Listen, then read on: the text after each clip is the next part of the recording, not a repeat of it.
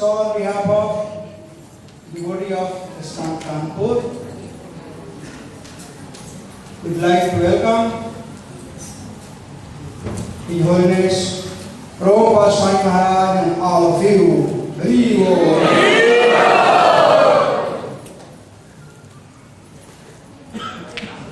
I am very happy and devotees are eagerly, they are waiting from morning. Maharaja, we have some plan, Krishna Ayodhya plan, so I will just talk a little bit about this project. Sri Prabhupada had three offices. One was in Allahabad, other was in Kanpur, and other was in Jhansi. So Prabhupada had come many times here in Kanpur. He wrote several letters, almost 17 letters. And at least 3 letters he wrote, and all those 3 letters he mentioned the same thing. We should certainly have a center in Kanpur, the third most important city in India. First he wrote after Calcutta and Bombay. Later on he wrote after Bombay and Calcutta. Otherwise same kind of letter. So when I became General Secretary of Uttar Pradesh, so besides Vrindavan, there is no temple from 75 till today. So it stuck in my head and I got hunted that we must have this temple. So we planned by Krishna arrangement, we got 5-acre land to maintain and we purchased 10 more acres.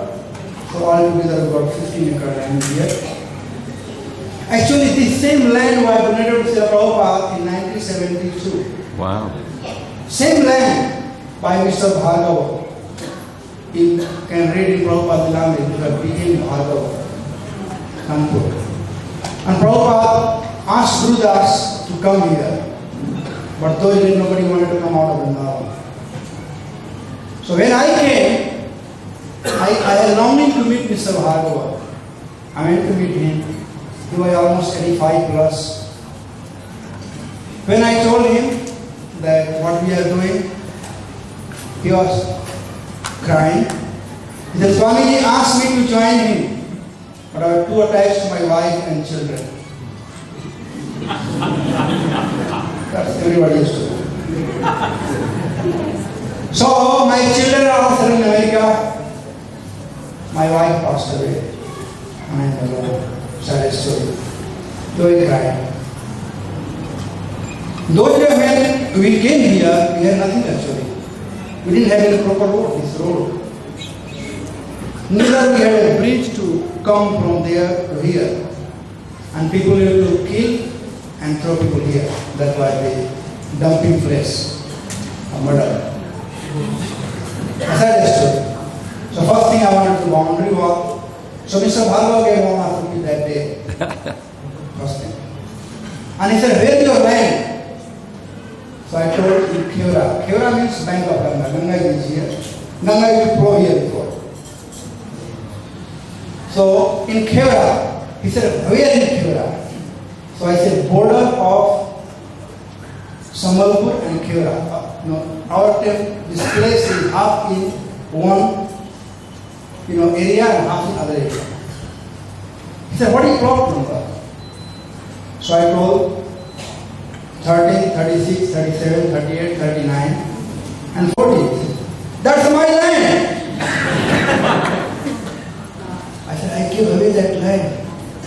I gave to Swami the same land. I said, yeah. And whether you believe or not, my hair were standing on end.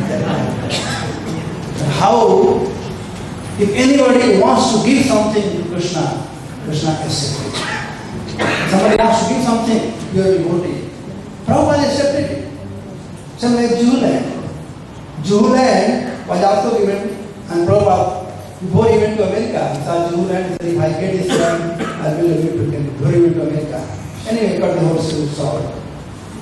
So the lady who gave the land, 5-acre land, And when ISKCON came, you know, when ISKCON comes anywhere, the prices shoot up.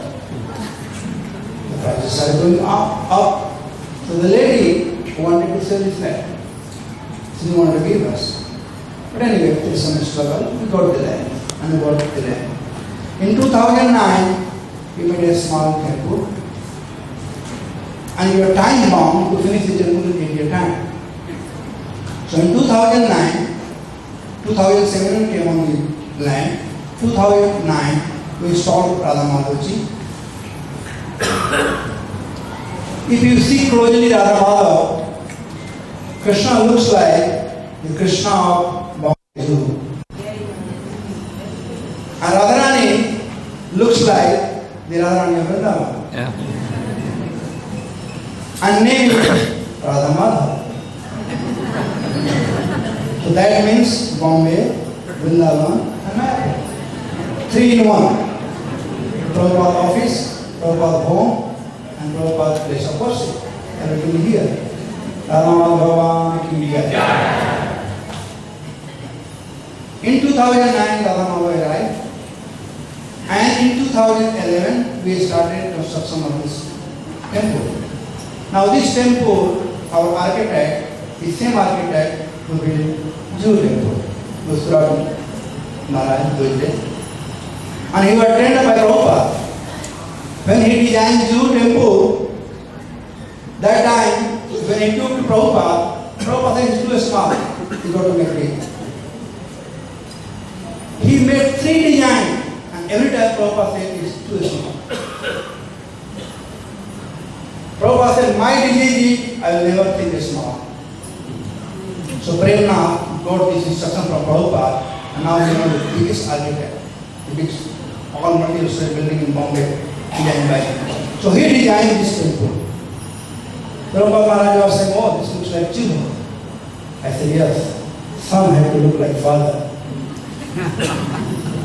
Extension of Jew. Anyway, our deity, 3 deity, Dai Gaur Sundar, Radha Madhav, Vrinda Visakha. Then we have Janaki, Vallabh, Lakshman, Hanuman. Long name, not Sitaram. These are significant. Janaki, Vallabh. Because when Sita came here in Valmiki place, we went to Vittu. Vittu is known as Brahmavarta.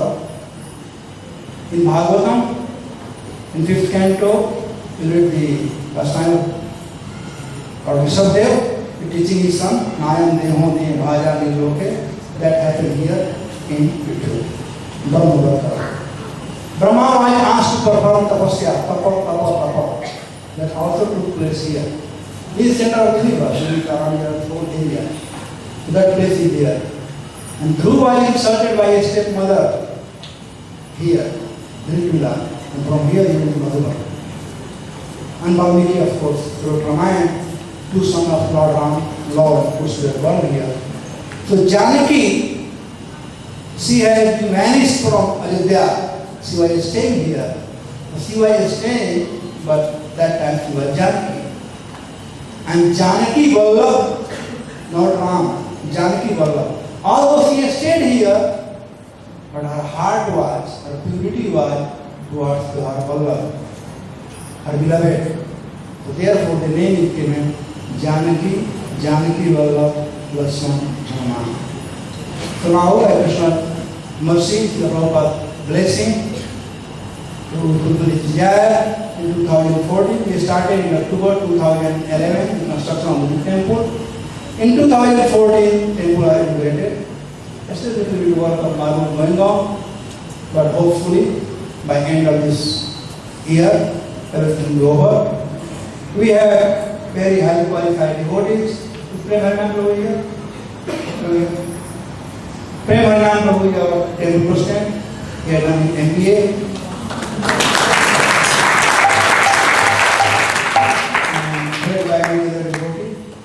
So you have around 100 devotees and 100 cows.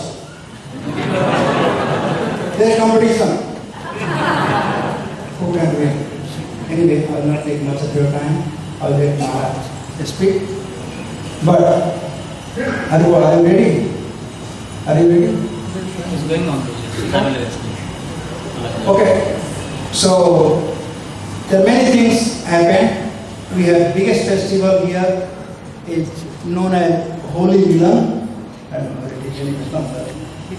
And we have big crowd. Then every year for a student under the government scheme of de-addiction, we have expression program. And last year almost 18,000 students took part. Year over like 10,000. And this year again planning. By the way, we also have a team building system. That means we all have to work, whether me or any bhakta. We all have to do some kar seva, book distribution, harinam, big festival, everything have to see. Alright, that's it. How are you, mother? Feel better?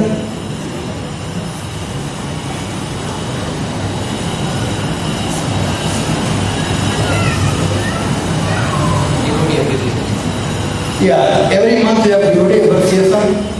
Means devotee's birthday, means happy birthday. So do you want the program expression? You have sound in there?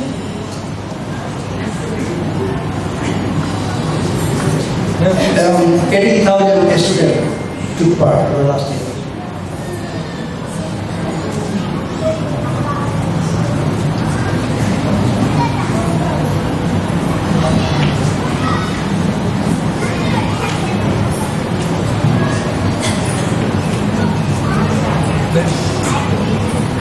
Thank you very much.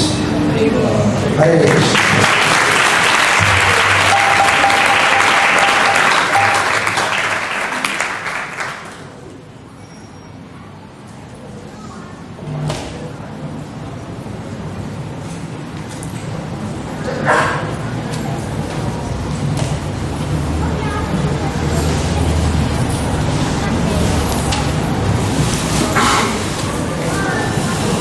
This park inauguration is... Okay, it's Indian, okay.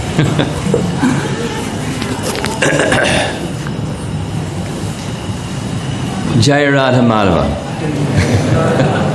That was pretty quick kirtan, right? Kunja Vihari. Okay. I'd just like to continue on the discussion that we completed or didn't complete with Viswamitra Muni visiting Ayodhya, requesting Dasarath to send Ram for the difficult mission of destroying Maricha and Subahu. So I'm sure all of you that were with us remember, and those of you that weren't with us, you know all the story anyway. And on the way to Siddha Ashram, which was the ashram of Viswamitra Muni, they passed through many places, many lessons, many narrations by Viswamitra Muni describing many activities and histories behind the ashram, history behind the river Sarayu, and so forth. Where we ended up, especially I'm sure you remember just from the images of Tataka,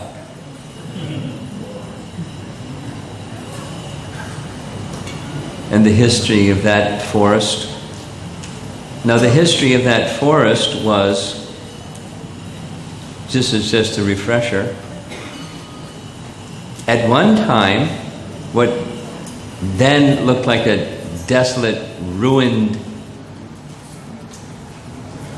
frightful forest was flourishing It's a place where Indra had gone after the killing of Vritrasura, and for his purification, celestial waters were used for his bathing or purification. And another nearby forest to supply edibles. And both became very wonderful, wonderful places. He gave them specific names. Ram then asked Viswamitra Muni, if it was so wonderful, how did it become so desolate like this? And then we heard a nice description of how it became ruined. I want to add something because it's specific about Subahu and Maricha, who we're going to hear about this evening. Viswamitra Muni explained that there was a yaksha named Suketu. Suketu was without children. He underwent strong austerities in order to get a benediction from Brahma that he would have a son. Brahma appeared, said, well, no son but a daughter, and a daughter that will be very beautiful and as powerful as 1,000 elephants. And so a daughter was born. He named the daughter Tataka. Tataka made a mistake. She married a Rakshasa named Sunda. There were 2 children, Maricha and Subahu. And Sunda had this behavior of harassing people, and he harassed the wrong person. He harassed Agastya, and Agastya burnt him to ashes to take revenge. Tataka, with her 2 sons, Maricha and Subahu, went to attack and devour Agastya. Agastya didn't kill them, but he cursed that she would, Tataka, would become big monster and a Rakshasa and ugly looking and live on the flesh of human beings. And similarly, Subahu and Maricha were cursed. So as a get back to Agastya, she went and ravaged that forest area that was part of Agastya's hermitage or residence, and that's why the forest looked like it looked. That's what Viswamitra Muni said. Now, an important detail is these 2 boys, Maricha and Subahu, were without a father. Sunda was gone. So they went and took shelter of another in a father-like relationship. And that person they took shelter of was Sumalin. Now these are lots of names for those of us that aren't from India. So Sumalin was one of 3 brothers, Mali, Sumali, and Malyavan. They became terrorists and inhabited Lanka. And in their terrorism, the demigods approached Lord Vishnu, help! And so he helped. Big battle. Mali was killed. The other 2 left Lanka, and Sumali was one of them. Now, Sumali, if you remember, had a number of children, and one of those children, a daughter, became Ravana's mother.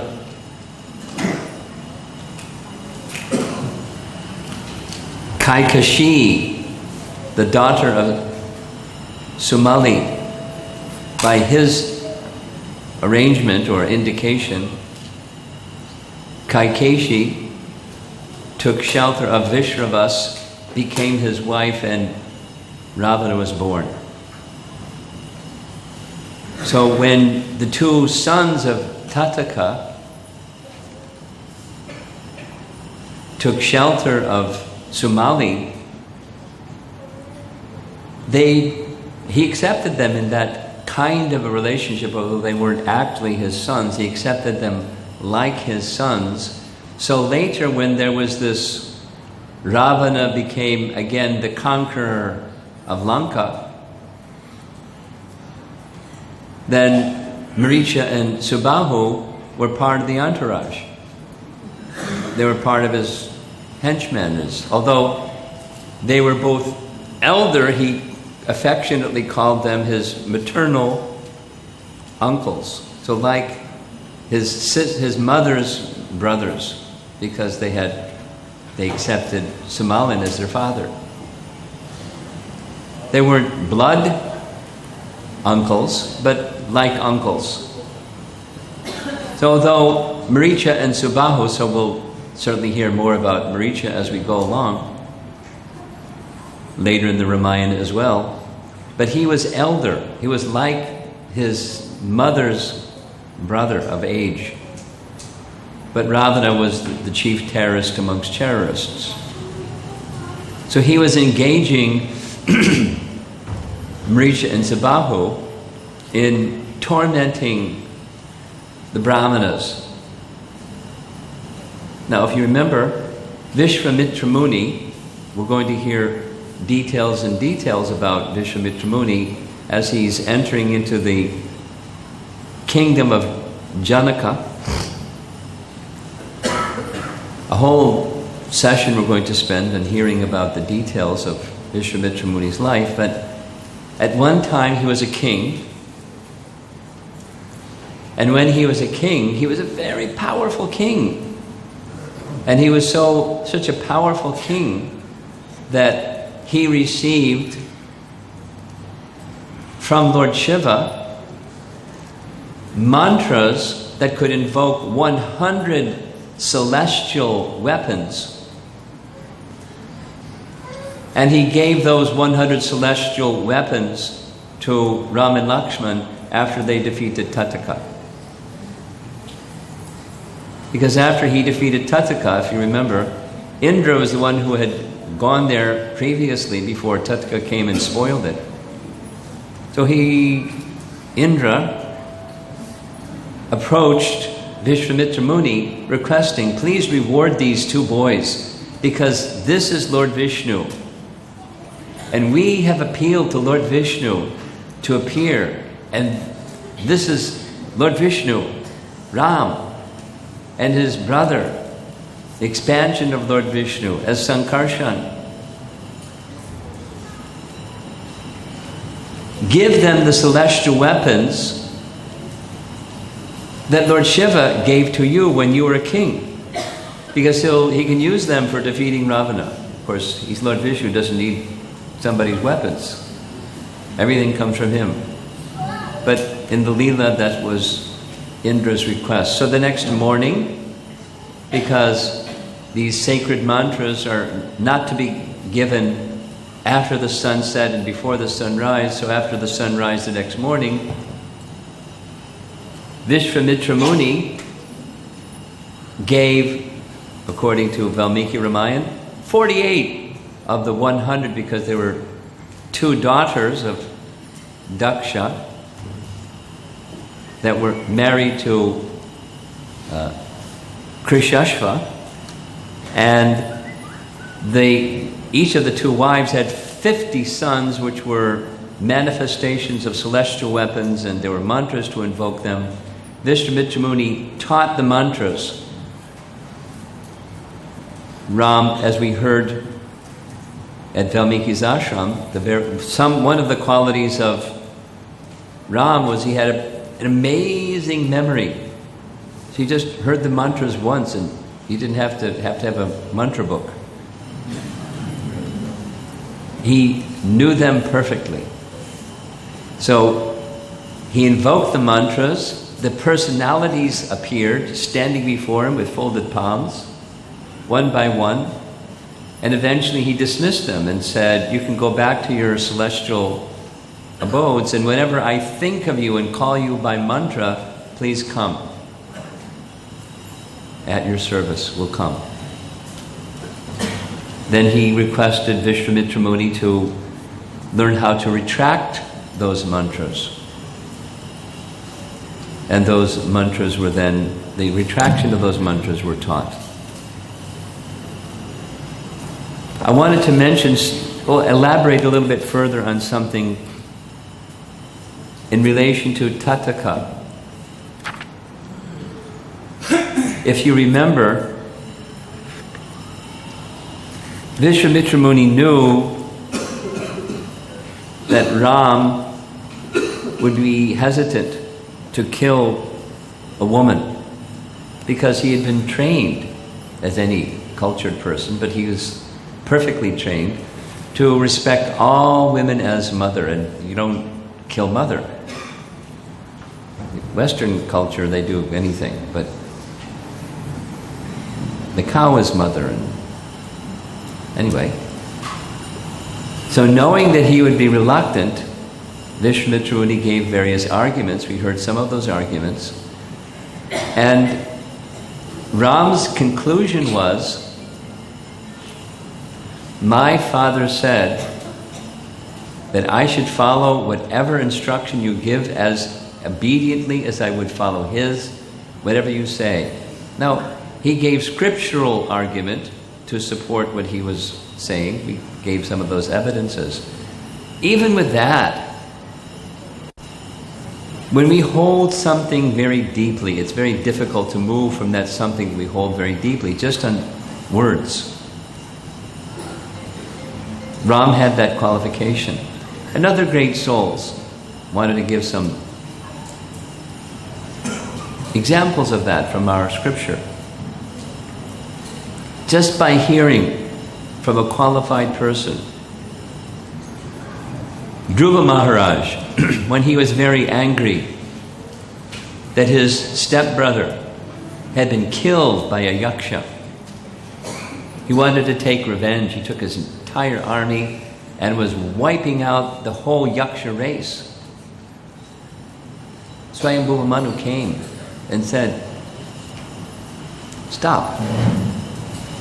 You can't destroy the whole yaksha race because one yaksha who deserves punishment, death penalty for killing your stepbrother, but you can't kill the whole yaksha race. Stop.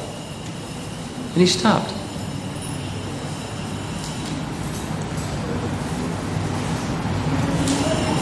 The Prachetas, when they had come out of the sea after many long years of meditation, and the whole planet was overgrown with vegetation, they wanted to clear the land. They were sons of the king, and there was no agricultural land, and so their bodies acted like human torches, and they began burning all the forests. So the presiding deity of vegetation, the moon gods, came before them and said, stop.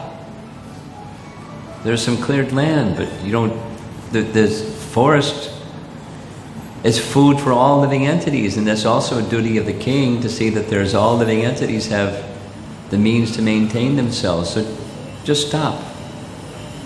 So they stopped.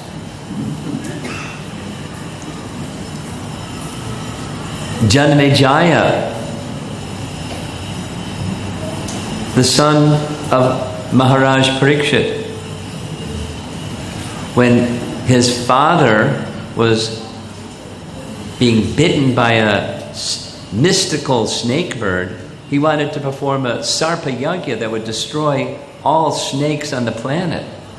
And the brahmanas, it was working. All the snakes were flying through the air and entering into the fire.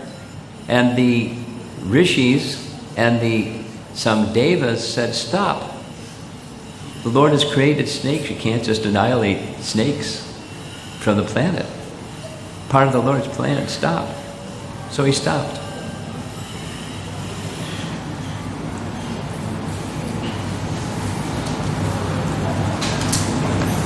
The elder brother of Uttanapada, Priyavrata. He had gone long ago, not wishing to be entangled in material affairs and just live a life of pure devotion. Lord Brahma came and said, leave this position and become king. On the word of Brahma, he left his position to become king. When you hold on my point is, when you hold on it's not easy. You hold on to something. I find this to be very significant for our International Society for Krishna Consciousness, because we have, in this room alone, representation from people from cultures in different parts of the world, and we hold different values as we're growing up about this and that and the other thing, and religious views about this and that and the other thing, and values and this and that and the other thing. And we're coming to the shelter of Srila Prabhupada, and as our principal Shiksha Guru and founder Acharya of our society, and we have our differences of things that we value. And Srila Prabhupada says, turn left, and we turn left. Turn right, we turn right. That's if we're obedient followers of our founder Acharya. And by that obedience, just like Ram shows in his Leela, by the instruction of his father, his life was directed, of course, he's the Supreme Lord, and from the Supreme Lord came the direction for his father. But he was showing by example. This is part of it's very practical instruction. Doesn't mean it's easy to do something when you want to go right and the instructor says, go left. It's part of the life that we live as becoming transcendentalists, becoming bhaktas, becoming followers of the will of Krishna. Sarva dharmam parityaja mam ekam sharanam. That's the principal instruction. And that's the theme that I've been trying to weave in the course of our presentation. Why are we here to hear about Ramayana, the pastimes of Ram and his wonderful devotees? To become attached to him. And by becoming attached to him, our lives go to him. And our lives go to him, and we're no longer in the material world. As we've been hearing the power of hearing these wonderful pastimes of Lord Ramacandra. The involvement in fruit activities is cut, and the life of transcendence and devotion to the personality of Godhead replaces it. And there's, of course, little steps along the way, but that's where the path is taking us. So Viswamitra Muni gave these weapons by mantra to Ram and Lakshman. And then they continue to Siddha Ashram. That's the destination. The purpose for which Viswamitra Muni requested Ram to come with him to kill Maricha and Subbahu. When they reached there, it was a fantastic place, detailed description of how opulent it looked. And Ram asked Viswamitra Muni, what is the name of this place? Can you give the history behind it? This is the Siddha Ashram. It's a place where Lord Vamana had resided, and he gives some description. We'll give very quickly, because it's already 5:25. We'll give very quickly. There's slightly different descriptions of the appearance of Vamanadev. Here's the Bhagavatam description, and then we'll go to Valmiki's description, Valmiki Ramayan's description, Viswamitra Muni's description of the appearance of Vamana. The Bhagavatam description is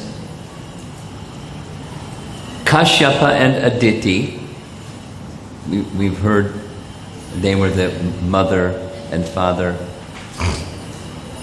of Varuna, who then became, we heard that description. So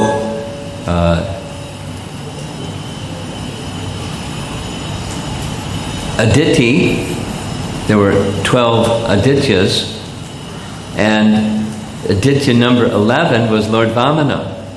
So when there was difficulty with the demons, the demigods were in difficulty. And so Kashyapa was away for years performing austerities, and when he completed those austerities and returned, he saw the place was vacant and Aditi was morose, and he asked her why. And she said, why? My sons, they no longer are able to perform their activities. The demigods, the demons have overrun them. Then he spoke transcendental knowledge and hankering and lamenting and permanent and impermanent, and didn't help. She was still attached. So what to do? And so Kashyapa said, you should worship the Supreme Lord Janardana, Lord Vishnu, because if similar to what Dhruva was told, Lord Vishnu can achieve anything for you. You become devoted and fixed in your devotion to him. So she wanted to know how. So he gave Aditi a very particular process to follow, 12-year process to follow, worship of 12-day process to worship Lord Vishnu. And she followed it very strictly. Lord Vishnu came. And when Lord Vishnu came, she had this request, you please become my son and help the other sons. You become the younger son of Indra, the eldest of the Adityas. So Viswamitra Muni's explanation is similar but different of the appearance of Lord Vamana, because this was a place where, the Siddha Ashram is a place where Lord Vamana came. So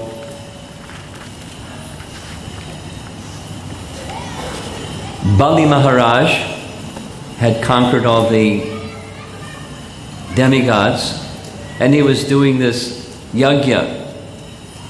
So Viswamitra Muni said that the Devas came to this place, Siddha Ashram, and headed by Agni, they were engaging in discussion how to check Bali. And Bali was in the midst of this major sacrifice where he was giving away anything, everything. And they said if the Supreme Lord can appear, then he can request anything, everything from Bali, and we'll have our kingdom back. So as they were saying, just as they were saying like that, Kashyapa Muni came to Siddha Ashram. And he had been for 1,000 years engaged in tapasya. And he had just completed. And he was then ready to ask for a benediction from Lord Vishnu. So he did, right on the spot at Siddha Ashram.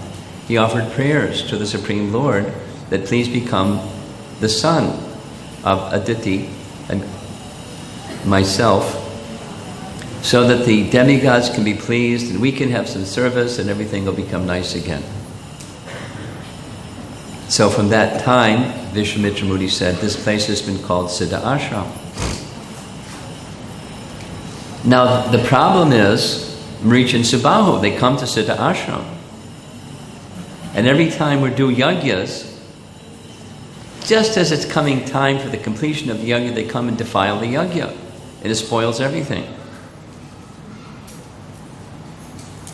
Now, if you recall, Viswamitra Muni has spent long periods of time in the Himalayas to achieve the position of Brahmarshi, of Brahma Rishi. We'll hear more about that as we go along. He left the Himalayas to come to Siddha Ashram to do yajnas for one reason, for the benefit of the world. Because this is Treta Yuga, and yajnas were performed for the benefit of the world. the service that he was doing for the benefit of the world is being interrupted by Maricha and Subahu. And so he, Viswamitra Muni, wanted Ram to destroy them. So Ram said, I'm ready. You can begin your yajna tonight, and we're ready. So he took his vows. Viswamitra Muni took his vows for the performance of the yajna. The next morning, Ram and Lakshman approached Viswamitra Muni. When can we expect Maricha and Subahu to arrive? He had taken a vows of silence, Mona Vrata. So he couldn't answer, but the other men in the ashram said, he can't give you the answer, but you should be ready anytime. Normally it'll come at the end, but these Maricha and Subahu fellows, they can do anything at any time. So be ready 24/7, 24/6. Because it was a 6-day yajna. So they stood guard. They were, Jai and Vijay, serving Viswamitra Muni and the sages who were doing the yajna. And on the 6th day, everything became very dark, and the fire was flaming very brightly. Ram said, this is it. They're coming. I can tell. And like a big dust storm came, and Maricha and Subahu in the sky, and all their fiendish associates showering unclean things on the sacrificial fire, and Ram didn't waste any time. He had received these weapons, if you remember, from Viswamitra Muni, and he took the weapon of Manu, the Manava Astra, and fired the Manava Astra at Maricha, hit him in the chest, and it threw him. Now there are different versions of Ramayana, but this one is 800 miles. And he landed in the sea. It didn't kill him, but he was seriously impacted by that Manava Astra. And then Subahu, seeing what happened to his brother, Maricha, started attacking even more fiercely. So the Agni Astra was fired at Subahu, and he fell dead. So Tataka, Subahu, and Maricha. Now later Maricha goes back and tells Ravana what happened and how powerful is Ram. He's just a young man. At that time, we heard at Siddha Ashram, he was 12, even a young man, but so powerful that these two, Maricha and Subahu, were finished by the power of Ram's arrows. And all the Rakshasa associates did big battle. Ram destroyed them all. And the big cloud and dust storm and all the commotion immediately finished. So the Viswamitra Muni could complete his yajna. And he was so pleased. And the section ends, our discussion this evening ends. He looked upon Ram and Lakshman with the greatest of satisfaction. In this, the greatest of satisfaction is the satisfaction of a devotee. The greatest of satisfaction is the satisfaction of a devotee. Because he, Viswamitra Muni, was doing a sacrifice that was for the welfare of the whole world. But he was able to do that by the mercy of Lord Vishnu, or Lord Ram, who he knew to be Lord Vishnu. And he was appreciating what a wonderful exchange. Here's the personality of Godhead, who has given his vow that he'll give protection to his devotees. and those that are taking shelter of his service. And here he is, giving this protection that he promised. All along, Viswamitra Muni, we'll hear some more when we reach the place where Ram was visiting Janaka's palace to see the bow of Lord Shiva. But he had come a long way. The whole story is told by Gautama Rishi's son about the whole history, detailed history of Viswamitra Muni. But it's a perfect example of becoming a pure devotee. He didn't start there. He started in a very different place. But he became a pure devotee. He became a pure devotee by the mercy of devotees, and ultimately he received the mercy of the personality of Godhead. So he was directly engaged in the service of the personality of Godhead, and he had that realization. He was feeling most fortunate and most protected and most sheltered, although he himself was incredibly powerful. He knew his powers were dependent upon the Supreme Lord, and yet he was being given the opportunity to take what he had been given and give it to Lord Ram.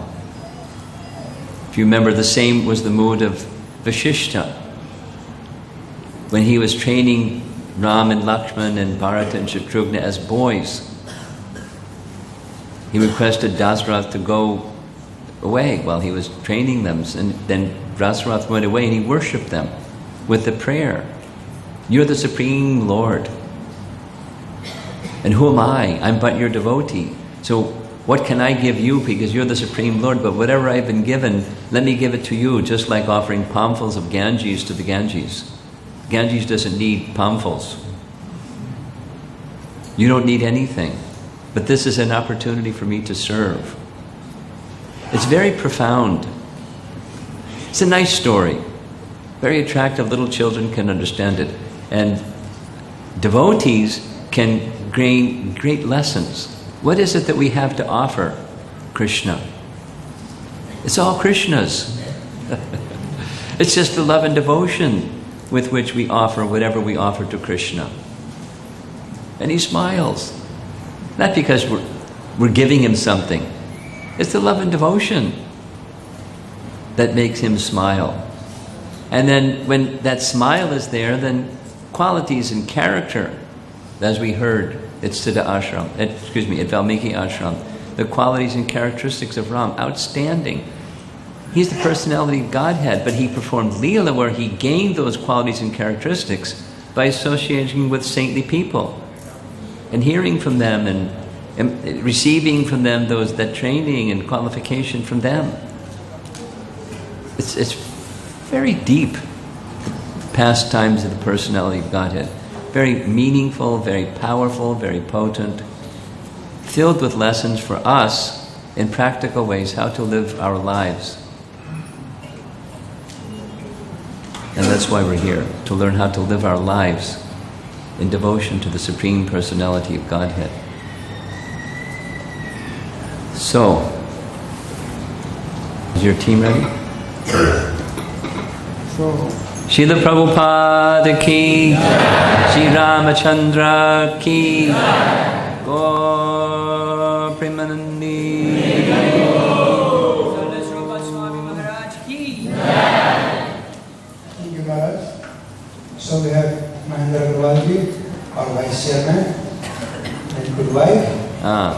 They have sponsored the whole park, children park, very important. No parents will come, the children don't come. So this is indirect way to attract the parents. So You just tell me what to do. I don't know. we are going to inaugurate the children park and then we'll come and do the other stuff. Whatever you tell me to do. Okay. As long as it doesn't take too much time.